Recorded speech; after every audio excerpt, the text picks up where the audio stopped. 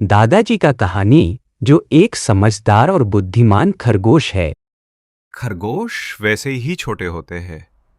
मुनमुन तो और भी छोटा था, देखते ही देखते यहां से वहां कूद जाता। जितना वो देखने में छोटा था उतना ही फुर्तीला भी था। फुर्तीला होने के साथ साथ वो बुद्धिमान भी बहुत था। उसकी अक्ल बिजली की तरह काम करती थी। किसी भी समस्या का हल वो पलक झपकते ही खोज लेता। जंगल के कोने कोने में उसके चर्चे हुआ करते। इतना छोटा और इतने गुण, ये सोचकर सभी आश्चर्यचकित रह जाते। उसका हर काम निराला होता। वो हर किसी की सहायता भी करता और हर छोटे बड़े जानवर से मजाक भी करता। पर कोई उसकी बात पर नाराज नहीं होता। उल्टे सब उसकी शरारतों पर हंसते और उनका आनंद उठाते थे। एक दिन मुनमुन ने सुना कि एक बकरी गुम हो गई। दूसरे दिन सुना कि एक मेमना कहीं गायब हो गया।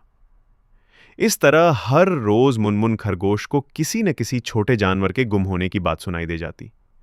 जानवरों के इस तरह गुम होने से सभी जानवर चिंतित हो उठे।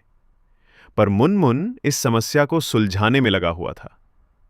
उस दिन मुनमुन खरगोश जंगल के छोटे जानवरों के गुम होने के बारे में सोचता हुआ तालाब की ओर जा रहा था।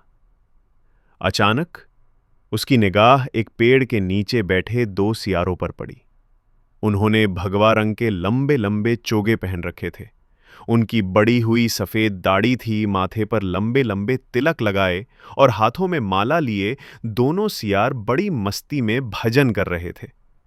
एक बार तो उन सियारों को देखकर मुनमुन खरगोश सोच में पड़ गया।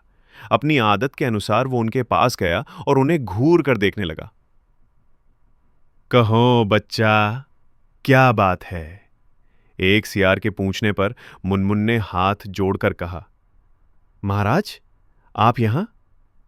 हाँ बच्चा, हम दोनों ने कैलाश पर जाकर 20 साल भगवान की पूजा की और संसार का भला करने योग्य बनने का वरदान मांगा। दूसरे सियार के ये कहने पर मुनमुन ने आश्चर्य से पूछा, तो क्या आपको भगवान ने दर्शन भी दिए थे?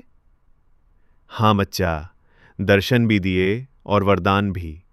इसीलिए तो हम जंगल जंगल घूमकर सभी जानवरों को धर्म की बात सिखाने निकले हैं।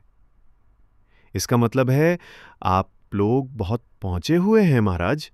तब तो आप ये भी बता सकेंगे कि हमारे जंगल का रोज एक जानवर कहां गुम हो जाता है। मुनमुन खरगोश ने हाथ जोड़कर यह प्रार्थना की तो पहले सियार ने उत्तर दिया, अवश्य बच्चा, पर इसके लिए तुम्हें हाथ जोड़ के आंखें बंद करके 100 बार भगवान का नाम लेना होगा। साथ ही मैं मंत्र पढ़ूंगा, तब तुम्हें स्वयं ही सब कुछ मालूम हो जाएगा। ठीक है महाराज, मैं अभी प्रार्थना करता हूं, आप मंत्र पढ़ना शुरू कीजिए। ये कहकर मुनमुन ने आंखें बंद कर लीं और मन ही मन बड़बड़ाने लगा। साथ ही पहला सियार कुछ मंत्र पढ़ने लगा। तभी मैं की आवाज मुनमुन के कानों में पड़ी। उसने तुरंत आंखें खोलकर कहा, महाराज, ये तो सोनू की आवाज है जो आज सुबह ही गुम हुआ था। तभी मुनमुन ने यह भी देखा कि दूसरा सियार एक बड़े से थैले में झगाक रहा था। हाँ बच्चा, ये उसी मेमने की आवाज है। मेरा साथी अपनी विद्या से गुम हुए जानवरों की आत्मा इस झोले में बुला रहा है। बात संभालते हुए पहले सियार ने कहा। इस पर मुनमुन खुशी से उछलने लगा। तब तो महाराज, आप दोनों मेरे साथ जंगल में चलकर रहिए। वहां आपको कोई कष्ट नहीं होगा। साथ ही आपका सत्संग भी जानवरों को मिलेगा। प्रत्यक्ष में तो मुनमुन ने यही कहा, पर वह सब कुछ भाप गया था। वह अच्छी तरह जानता था कि मरने के बाद इस तरह आत्माएं नहीं बुलाई जा सकती। मुनमुन की बात सुनकर पहले सियार ने सोचा कि क्यों ना इसके साथ जाकर ही रहा जाए। इस तरह हमें चोरी चोरी भी नहीं रहना पड़ेगा और अपना काम भी आसानी से होता रहेगा। ठीक है बच्चा, हम तेरे साथ चल सकते हैं, पर हमें एकांत में एक कुटिया मिलनी चाहिए। उसमें किसी को भी आने की आज्ञा नहीं होनी चाहिए। मुनमुन खरगोश सियार की बात तुरंत मान गया। थोड़ी देर बाद मुनमुन खरगोश दोनों साधु सियारों को लेकर जंगल के बीच पहुंच गया।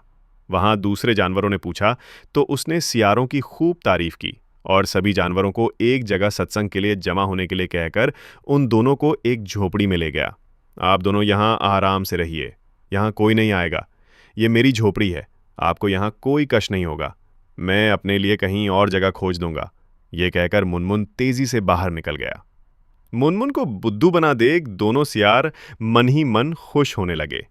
दूसरे सियार ने अपनी पीठ का बड़ा सा झोला उतारकर एक जगह रख दिया।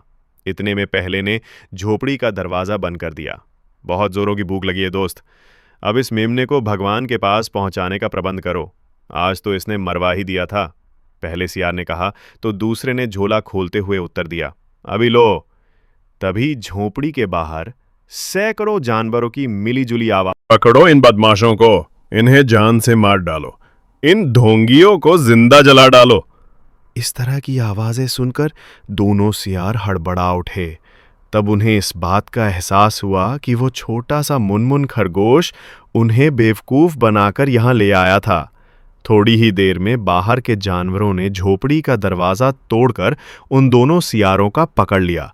सोनू मेमने की जान भी बच गई। ये सब मुनमुन की बुद्धिमानी से ही हुआ था। दोनों सियार पकड़े गए और उस दिन के बाद कोई जानवर गुम नहीं हुआ। सब ने मुनमुन की प्रशंसा की।